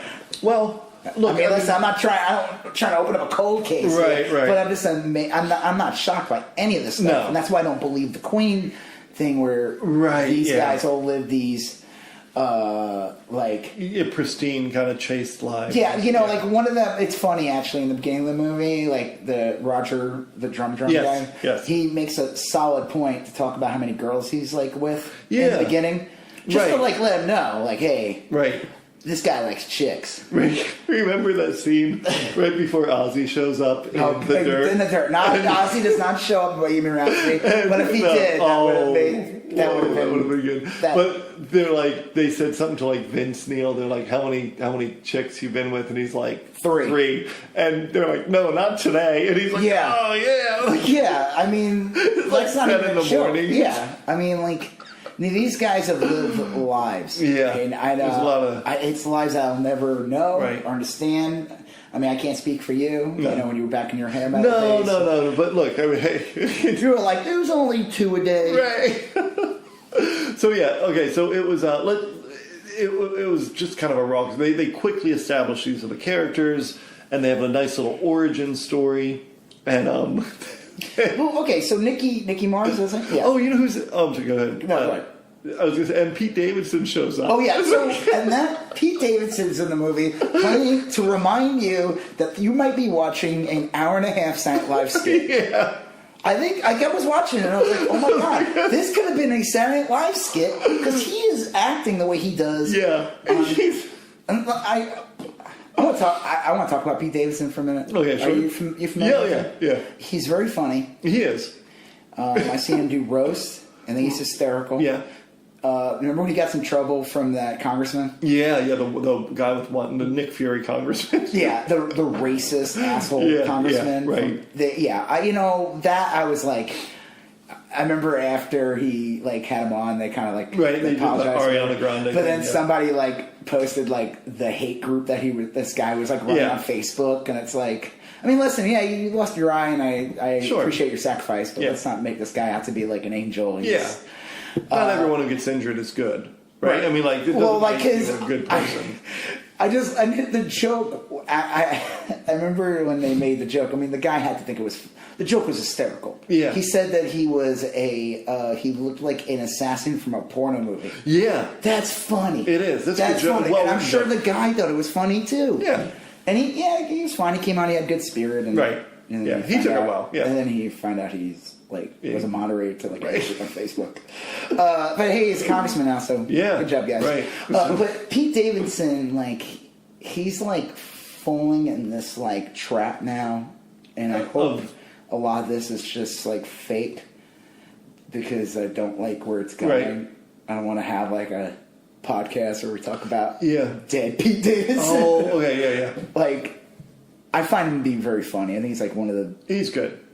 As an actor, he's Pete Davidson. He's not an actor. He shows up and he's Pete Davidson. He was super young when they casted him. Yeah. I don't think he was the youngest cast member. I think the youngest was when Saturday Night Live had Robert Downey Jr. and Anthony Michael Hall on. Oh yeah, I forgot that. Those are odd years. But he's an interesting character. His dad was a fireman or something. Yeah, and died 9/11. Yeah, right. And he was the one that was really pushing the Trump can't read because Trump was on. This is when people started to go, oh, he might be illiterate, right. Because Trump was invited, unfortunately, to be a guest host, in 2015. Right around this was already controversial because this was already post build the wall. Mexicans are rapists. Sure. The typical shtick. Typical Trump shtick. And Pete Davidson said that he could not read. He said that he read all the scripts wrong, all the title cards wrong. He didn't understand pauses, periods. He's like, no, I think he's illiterate. He said something he was supposed to say "Let's go turkey legs" or something like that. It's you can find this YouTube interview where Pete Davidson. It is one of the funniest videos. I'll look that up. Yeah, he is hysterical. I mean, watching this movie with him in it, I would not say, "Oh my God, Pete Davidson's going to have a huge Hollywood career next to the Dirt." No. But I like that he was in it because it made me go, "Okay, I'm watching an extended Saturday Night Live sketch." Yeah. Well, he showed up as the A&R guy from Elektra. And he was. He looked like he was on a Saturday Night Live skit. He did. He looked like he wandered on to the stage, and he had this grin on, he knew. He knew. He was on Saturday Night Live, and he's waiting for Robert De Niro to come out, or Ben Stiller to pop up as a special guest for. Yeah, it was good. Okay, so. All the actors, I guess, with Pete Davidson, some of the actors were reasonably famous. They had The guy from Game of Thrones, Ramsay Bolton. Who I just feel like I feel bad for this guy. I mean, he was so good on Game of Thrones. Oh yeah, yeah. And then I think the biggest thing he did after that, he was in that wretched Inhumans miniseries. Did you see that thing? I never saw it, but I know what you're talking about. That is one of the worst. That is a So Marvel has made really good stuff. Yep. And they've had a really good track record. Even what would be considered their worst is still superior to other things. Oh yeah, yeah. But then there's this Inhumans miniseries. Right, and that was on ABC, right? It was on ABC. Yeah. It was released in IMAX. First 2 episodes. I think 2 people saw it. Wow. The it was the cheapest, most rushed. Yeah. You ever see Roger Corman's Fantastic Four? Yeah. Or the Captain America movie? I've seen YouTube clips of the wedding at the end of Roger Corman's Fantastic Four. Yeah, okay. And did you see the Captain America movie from the 80s? Yep, I remember that. And The Punisher with Dolph Lundgren? Yes. Which I don't think is a bad movie, actually. I don't remember it well enough to I pass think judgment. Dolph Lundgren was an amazing Punisher. Wasn't he didn't have the skull shirt. If he just had the skull shirt, he would be the Punisher. Instead, he was just Machine Gun Man. He's an angry guy. Well, and he is. Wasn't Nikki Sixx played by a famous rap artist, Machine Gun Kelly or something? I don't know who that guy was. Look, I think the Vince Neil. Do you know who that guy was? No. He wasn't. Look, he wasn't bad. I don't want to knock him. He doesn't look like him. He doesn't look like him. That's not how I imagine.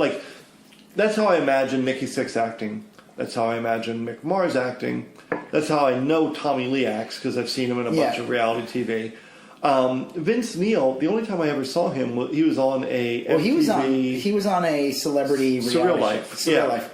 And he was with Corey Feldman. That was a good year. That was good. Yeah, and Corey Feldman kind of tricked Vince Neil into writing, and singing a song at his wedding. And Vince Neil was pissed. He was. Because he felt like he was he got used. Yeah, that was awesome. And no one likes being used, but I'd imagine being used by Corey Feldman. Well, it's okay, so you're Vince Neil, and you're on this reality show, Corey Feldman, but you're still, Corey Feldman for years has been trying really hard to be considered a musician. Yes. I remember years ago, he's been doing this for Truth Movement. Years now. He's been doing this for I remember in the mid-90s he came out he was supposed to play at some place in Long Island. Yeah.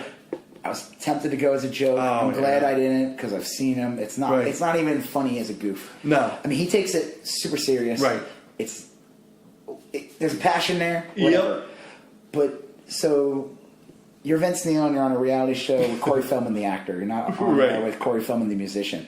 Right. So I'm sure he was just I'm not on the same level as you. Yeah. You're an actor. Your band or whatever it is as a musician, no. Yeah. This is an insult to me. Yeah. And that's probably how he felt. He was probably you're hurting my career and my credibility. Yeah. As a singer. I'm already hurting my credibility by being on this show. Right. But you're just putting me through the mud at this point. You're rubbing the salt in the wound. Well, he did, and I remember. That's funny you remember it too, because Corey Feldman kind of tricked. He did. Again, who knows? All these reality shows, they're edited the fuck out of. They are created. Corey Feldman could be. I'm probably fully aware that they're going to be we're going to villainize you. Right. Well, Vince Neil, I guess that's the thing, is I never really which is weird because he was the lead singer, I never really got his persona, even back in the day. I never understood, who he was supposed to be. Well, again, I wasn't really into them, so I knew that Vince Neil was famous for killing a guy. Killing a guy, yeah. This is a 100% true story. The year that happened was when I was super into Motley Crue. And that was post Shout at the Devil, pre-Theater of Pain, if I remember right. And he killed a dude from Hanoi Rocks, which I also like. Are you familiar with that band? Yeah, Hanoi Rocks. What's their big hit? I feel I know that name. 2 Steps from the Move, Mystery City.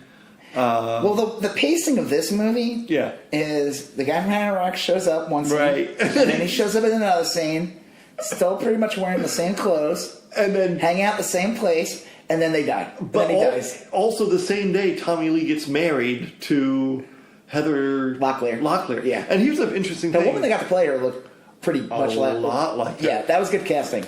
This is, and I'm ashamed to admit this, because it's 2019. for the last 20 years, I've thought Heather Locklear and Heather Thomas were the same person. From the Fall Guy? The Fall Guy. That's probably why they threw that joke in there. If you asked me, I would have sworn to you that I wouldn't, because Locklear was on the Fall Guy. Barely knew who Heather Thomas was. Yeah. Because unlike Heather Thomas, Heather Locklear was in a lot of things after. Well, I joke. No offense. Like Thomas, right? Well, I don't even know if she's alive, but a running joke with me and Amanda, my wife, is that Heather Locklear still looks amazing, but she's like 70-some years old. She's not really 70. No, she's not. But she's old, and might as well be. I always joke around that she was in the Fall Guy, right? And so this has been like a running part of my. Did you get old giddy when they said that in the movie? I paused it, and I got up my phone and I'm like looking it up. I was like, they fucked that up. There's no way that's not Heather Locklear. Yeah, true story. So anyway, you're right. The pacing is. Here's Razzle, the guy from Hanoi Rocks, and Razzle. They're hanging out, and then all of a sudden, they're getting married, and then Razzle's no, Razzle, there's and like Razzle's like earn this. No, that was Saving Private Ryan. But then Razzle dies. Hanoi Rocks was like if you really liked glam metal, like I did for those 2 years. Hanoi Rocks was like one of those bands you're like, oh, you're a legit fan if you know Hanoi.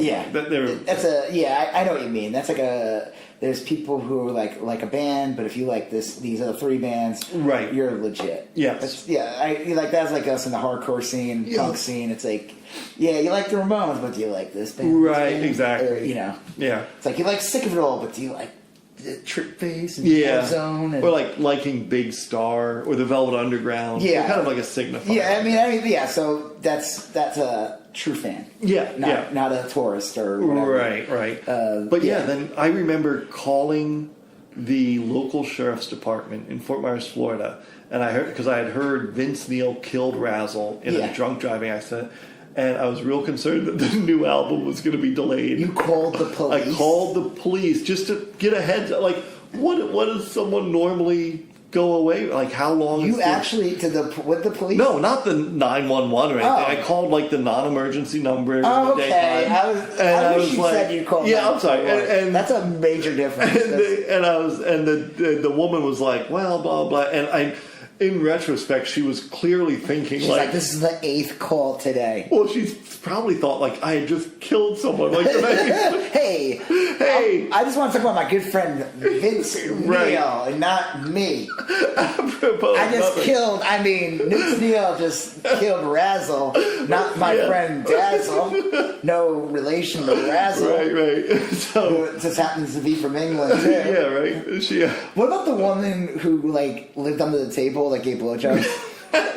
That was so dumb. It was this running joke that they.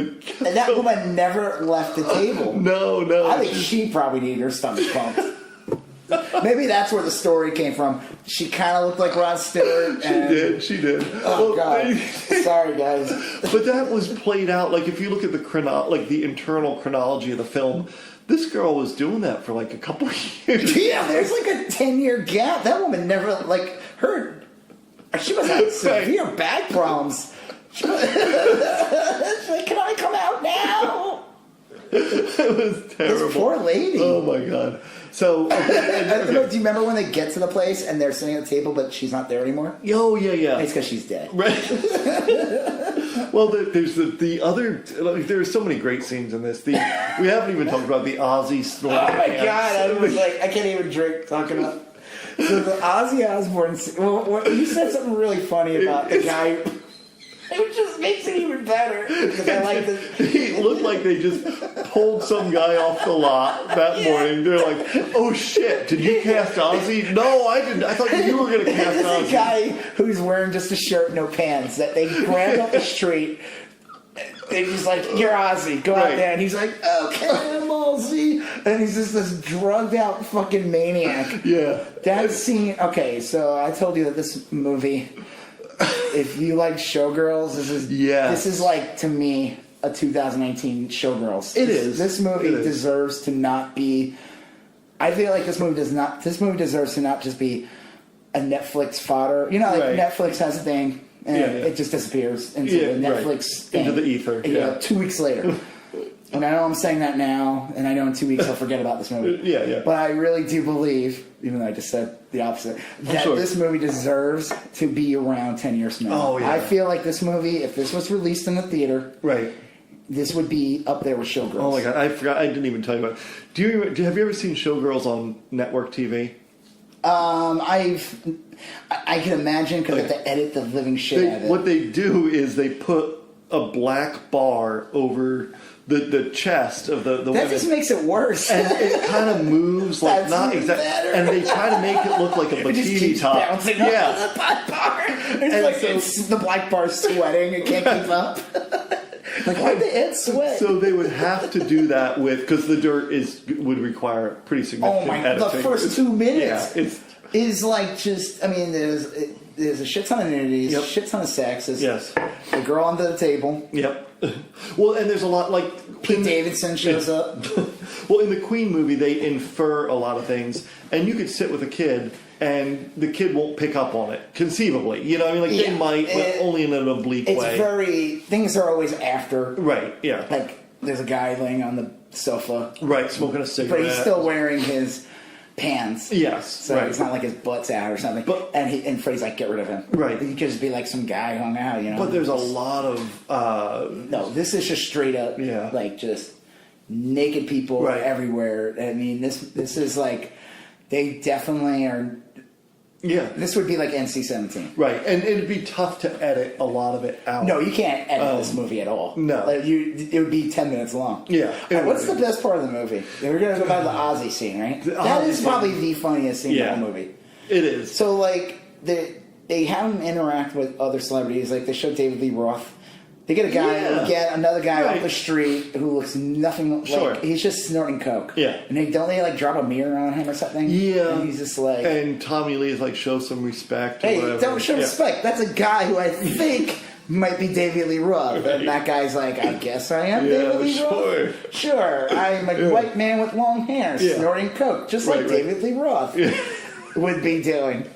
Well, okay, so when Ozzy shows up, that's the signifier that they've made it, right? Like that's how you know Motley Crue has made it. That's the part of the movie. You're with Ozzy. Ozzy was already well established. I mean, I don't remember. This maybe would have been like not the Blizzard of Oz. That was probably anyway. It was a big Ozzy thing. This scene is so fucking bad. Funny. Well, the first thing is you see Ozzy coming out. He's got like a house coat on. He's wearing like a blouse pretty much. And there's an older couple. And he has $1 stuck in his ass. And he sticks his ass in front of the woman and he's like, take the $1. Drink me or whatever. I don't know.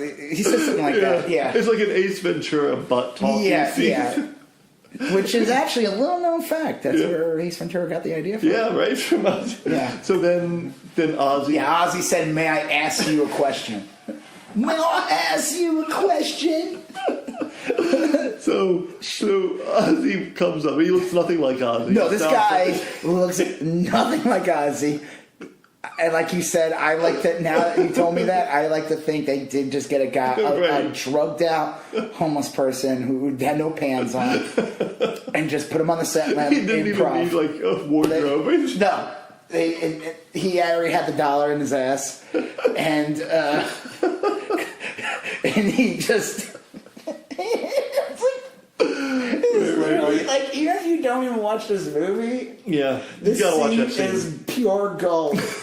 For reasons Donald Trump would love this scene. Oh yes. He would have loved this scene. Golden, lots of golden. So he showers. He gives a little warning speech like you gotta be careful if you're a rock star. And you almost think that Ozzy's giving fatherly advice, but you know it's not because it's like so half-hearted. He's already showed up with $1 in his ass. He's drugged out of his mind. He's wearing a blouse with no. And then he says, "Give me $1. I want to do a bump or something like that." And he's gonna snort some. You think he's gonna snort some coke? Right. He snorts red ants off the pool concrete or whatever. he snorts a line of ants. There's like ants walking, like ants, like an ant. And he snorts them up like it would not fuck up his nasal passages. I guess they were so wide open from all the coke. But I would imagine, and I believe this will happen. Yeah, I do. I think this is probably the most honest. No, I think this scene. Oh, you think that? I think this is. Oh, I believe this is 100%. Right. I think everything that. When people talk about him eating the bat, I think that's like, who cares? Right. I'm like, this I believe. I believe he did. I think this is probably nothing compared to the stuff he's done. And then he urinates all over the... Yeah. He's like, you got a drink? I need a drink too. He pisses...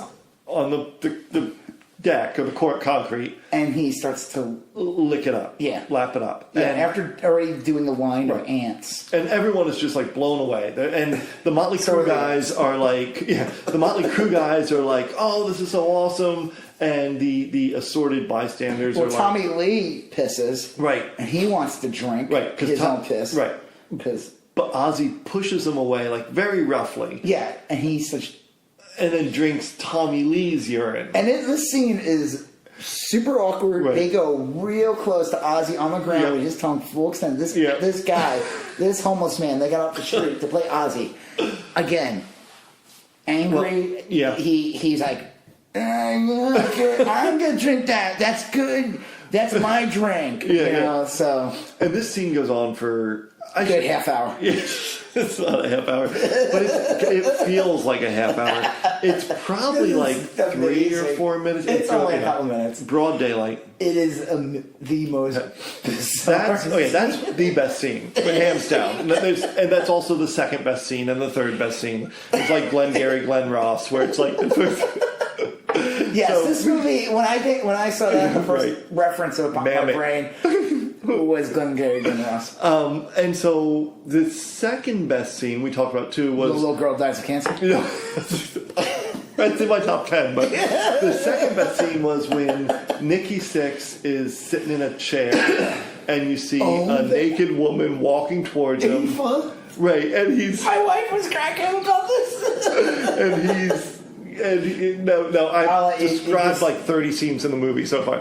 He says, like, I finally met a girl, and I think this is right after Tommy Lee got married or whatever. Yep. So you're like, oh, he's in love. Oh, good for Nikki Sixx. Oh, I'm so but the happy whole for him. time I'm like, no, he's talking about heroin. And then he's like, I finally. What's the line? He's like, I finally met a girl I'd love who'd make me feel whole, and like he like.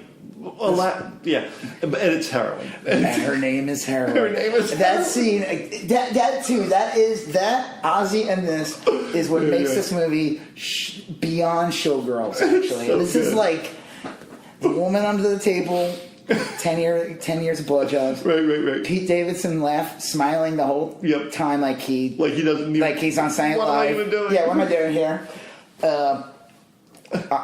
This scene. Yeah. And Ozzy. Right.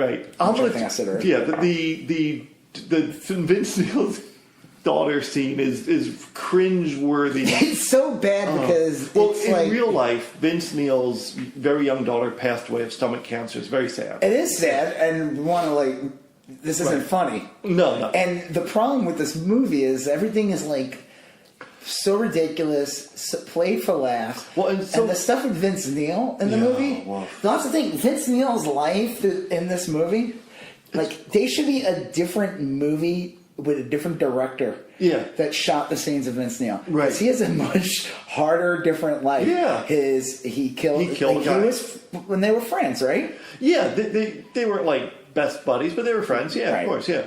Right. Not Razzle! Remember when he gets out of the car, he's like, Razzle! And the camera looks down on him and the rain's pouring. Right. And then Razzle's body. They haven't sold a Razzle since. Yeah, that's my favorite candy. I love Razzles. It's like the AIDS. Yeah, Razzles were ruined after that. They had a whole campaign with them. They're like, we're going to have to scrub that. It's the candy that tastes like a murder. It tastes like a DWI car crash. So None of them feel earned, I think is the problem. Right. So, I mean, if you just take Vince Neil's part out of the movie, right, it is, like I said, like a Saturday Night Live skit. I mean, everything is like... So great. I mean, they try... I do think, though, the Nikki Sixx stuff does kind of work. And maybe the actor is better. Yeah. Or maybe because he is, like, the protagonist of the movie? He is. He's the glue. Yeah. His, like... Because they show him when he's younger and his mom. There is like a drama, and you could say it's bad or not. Yeah. It works. It does. The Vince Neil stuff does not work because he comes in late in the movie. He doesn't interact with the rest of the band as much. No, he doesn't. Yeah. He gets into that accident. He's removed from the picture. He tries to be sober. Right. They all try to be sober for like a minute. Yeah. Well, it's funny you say that because, I think you're right. I think Nikki Sixx is the protagonist. Yeah. He is the kid. It's his story. It's really his band. He's kind of the driving force behind it. And Tommy Lee and Mick Mars are clearly sidekicks. Yep. Like in the film, maybe in the band they're all equal partners. Because Mick Mars hardly in it. They're right. They are clearly side characters that serve to make Nikki Tommy Lee Jones has his own. Tommy Lee Jones. It was so weird to kiss him. Right. No, Tommy Lee. I think they do a decent job of establishing his wacky romances. That's the problem with Vince Neil's character in this movie, at least, is Vince Neil's character's arc demands being a protagonist. Right. It demands the lead role. Right, but he's a bit player in the Nikki Sixx story. Right. Which is fine. I mean, none of that's a knock on any of those people. But there's no real drama. So those moments of when Razzle McDazzle dies, and he's like, this can't be. It's turning to gum. That's what's supposed to do. Oh. Everything's fine. My mouth razzle red. 13 going on 30 reference. I don't even know what you're talking about. Oh, you never saw that? Jennifer Garner? I wasn't a 13-year-old girl. Oh, wow. Yeah, this is 13 going on 30. That's a good one. It's got the Hulk in it. Ruffalo. Oh, I was good. When you say Hulk, it's either Hulk Hogan or Lou Ferrigno. Yeah. I don't... Now, if you said the Hulk, Mark Ruffalo, I would think a CGI monster shows up and he's like, See, I'll tell you the scene, and I don't know if it worked or not for me, but the scene that is real vivid in my mind is when Doc brings Nikki Sixx's mom, who's kind of cleaned up, to see Nikki Sixx on Christmas show. Yeah, that's towards the end. Right. And she's looking like Jerry Blank, kind of. Yeah. I like the pole and the hole. and love that. You're that show's so good. Right. And Nikki Sixx is stole the TV. Nikki Sixx is looking at her real conflicted, and I get that because look, he had a very conflicted. That was just thinking Jerry Blank reference. I just picture her eyes twitching throughout the whole fucking thing. But then she comes in close to Nikki Sixx and she's like, "That song looks the kill. You wrote that about me, right?" And so grossly inappropriate. That is, yeah, Mom. I wrote that about you, Mom. Right? It's doing some young chick, and she's like, "That's about me, isn't it, baby?" And you might not have listened to the lyrics, Mom. Or maybe it did, and that's even worse. Maybe shout the devil. Yeah, right. Well, that's I read Nikki Sixx. They interviewed him after he saw the movie The Dirt, and he said that the thing that surprised him most was how a little emotional he got looking at Jerry Blank. It was crazy that they casted Jerry Blank to be in this.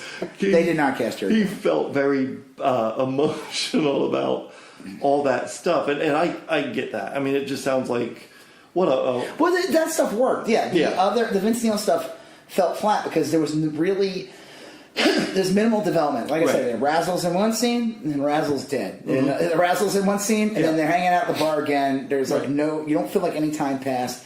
He's literally wearing the same outfit. It's okay, I guess Razzle's hung out. There's no whatever. Yeah, but they didn't even make him look older, like time had kind of worn him. Well, I mean, it was a year later. I mean, it doesn't even matter. There's ways of pacing it. Yeah.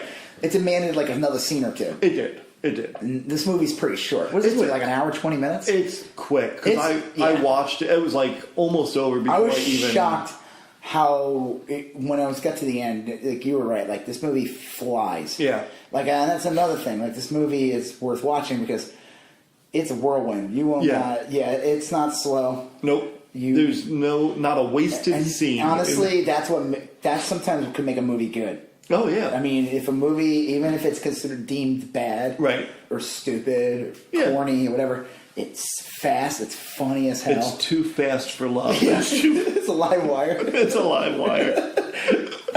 It's red hot. It is. Look, I like this movie. I'm probably going to watch it again a couple times. I might. I think tonight, definitely me and my wife will watch this one night, like, or whenever. Like, this is definitely worth a rewatch. Yeah. I mean, but the Ozzy scene alone is just so fucking funny. Yeah. That guy, I want to know who this guy is. I feel like it's gonna be great if I look him up and like he was in like serious shit. He's like Juilliard trained. Yeah. It's like this guy was so good. He was nothing like it was so good. So back to the Vince Neil's daughter thing. Yes. It is so bad. It's bad. It's really bad. The little girl, bless her heart. Yeah. Bless her heart. Well, she did what. Her acting is horrible. Yeah. It's bad. She's like, Daddy, I want to go down or something like they sound. I guess she sound like that, right? Yeah, it's. Oh man, Daddy. It feels. It felt. We actually. She was here. That wasn't me doing a voice. So we got clearance for that clip. This is actually a clip. They let us have. Well, look, because I'm going to go back again and say how much I like the movie and everything, but that clip was cheap. It felt like a cheap emotional ploy.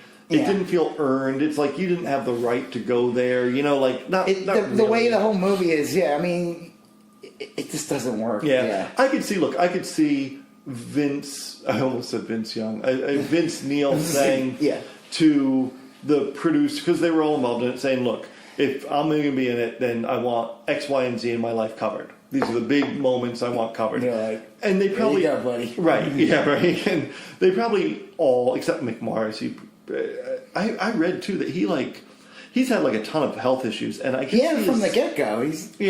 But okay, so when they say like old man, I'm assuming he's probably like 10 years older than them. When you're like 18, an old man, you would say, let's say you're in a band starting with a bunch of 18, early 20s, and like the guy in the band is 29. Yeah. They would probably be like, he's an old man. Yeah. Or maybe he was in his early 30s. Right. When that's not old. To them, it's old. Yeah, it was. I mean, I remember going to a party once when I was like in my late 20s. And there's a bunch of like people in their early 20s there, and I just looked around. You feel like yeah. I remember like I was like 22, and I was hanging out with like I knew this girl I was like friends with, and I was hanging out, and like I liked her, right. But it was like hanging out with her friends, which I didn't like, and I felt like it was only like a 3 or 4 year difference, but I just felt like I was hanging out with children. Yeah. It was bizarre. So yeah, I can see how Nick Mars. Nick Mars could have been just 26. And I think and maybe I'm reading too much into it, but they did it. They did again, and I think I'm coming around on this as this actually being a good movie. They showed him in the doctor's office, and the doctor's like, "You got this, that, or whatever. Yeah. You're going to be, fucked up for life and all that." And this is played by the guy from Game of Thrones. Yes, Ramsay Bolton. Yeah, but what's the actor's name? You ever seen The Misfits? Theon Greyjoy. You ever seen? Yeah, Theon Greyjoy. Yeah, that's his theater name. Have you ever seen that British show, The Misfits? I always wanted to watch it. No, but I read that he was in it. Yeah, and he was very good. I never got to see that, but that's where he came from. And then he did Game of Thrones. Well, they said in this the doctor's like, and it seemed to be a nice scene of foreshadowing where they're like, "Look, this is why." What was his name? Ewan Rehan is his name. Oh, nice. That's a fucking alliterative name. No, that can't. Well, they make it look like this is why Mick Mars is so bitter, because he knows he only has X number of years left, and he's still alive. He's still alive, but like you saw at the time where he's like, I only have so many functional years left. I want to do it. Right. And he even says to the to the other people in the band, like, look, are we going to fucking do this? Or because I'll go elsewhere. Yeah. I'm here to play. Yeah. He's on limited timeline. Yeah. And I read, I don't know if this is true or not, but I read also online today that he developed schizophrenia. And you don't develop schizophrenia later in life as a male. You get it in your like early 20s. Like women get it later on in life. Oh, really? But, yeah. I suppose you can, but in general, if you're a male, you're going to develop schizophrenia late teens. You know. Okay. And if you're a female, it's more like late 20s, early 30s or so. I don't know why that is, but that's Ooh, I'm glad I dodged that. Yeah. Schizophrenia bullet. Or I'll so tell I you, think. right? What do the voices say? That's what all my friends say. Yeah. So he came off as... They all seem realized. But Vince Neil's character was like problematic. He just felt tacked on. Yeah. The actor doesn't look like him. No. And he has like very serious moments. And I would say 90% of the movie is like played for like just crazy zaniness, circus. He wasn't atmosphere. bad. I don't want to knock the Vince Neil actor. This is not like... this movie's... this is... We're not... it's funny we're talking about this and Bohemian Rhapsody. Yeah. You know, one took many years to make and was filmed over a year. The other movie was filmed in a guy's backyard in 2 days. Yeah. Basically, probably. You know? Yeah. Woof. All right, well, that was The Dirt. I liked it. I highly recommend you watch it. But don't you like how they Jennied? No, I was kidding. They all are Jenny. That's the thing. This whole movie, it's a movie full of Jennies, except they all live. Yeah, they all are alive. None of them have any serious consequences. Like, I don't think any of them got Jennied, per se, do they? I'm trying... except for that, Nikki Sixx's girlfriend. Yeah, right? Heroin. Yeah. Well, okay. Jerry Blank. Oh man, I would do a whole podcast on that. I love that show. That's a good Strangers one. with Candy was so good. Yes, yeah. So none of them got Jennied. All last hour, so I've been trying to work in a Tom Green, Freddie got Jennied joke, but that's a horrible movie. Yeah, that's an unwatchable I can never land movie. it. Yeah. Well, okay. Here's the thing. Let's say. Well, hold on. I would say there is. You brought the Tom Green movie. Yeah. Doesn't he like jerk a horse off in that movie? I don't know. They should just edit that scene in with the Ozzy scene. Yeah. And you just have the most repulsive movie. Freddie Got Fingered is a bad movie. Yeah, that's a horrendous movie. The Dirt is a great bad movie, and Bohemian Rhapsody is a good movie. I would say Bohemian Rhapsody is up there with Freddie Got Fingered. No, I'm just kidding. Oh shit! Freddie got. Yeah, right. God damn it! No. That's awful. Oh, we almost made it. The whole episode. So I knew you were setting me up. Why would you bring up Freddie Got Fingered? I said Jennied. No, did Jenny got fingered? Jenny Mercury got Jennied. That's been the whole. But you premise. brought up the Tom Green movie called Freddie Got Jennied. Freddie Got Jennied. Which was like an oblique reference to the Freddie Mercury story, which had not yet been written. When I watched the Freddie Mercury, the Bohemian Rhapsody, the first thing I thought it was Freddie Got the Jennied. classic Tom Green film, Freddie Got Jennied. Yes. So like here's I guess the bottom line. Let's get rid of the Tom Green movie. It's next weekend. It's next weekend.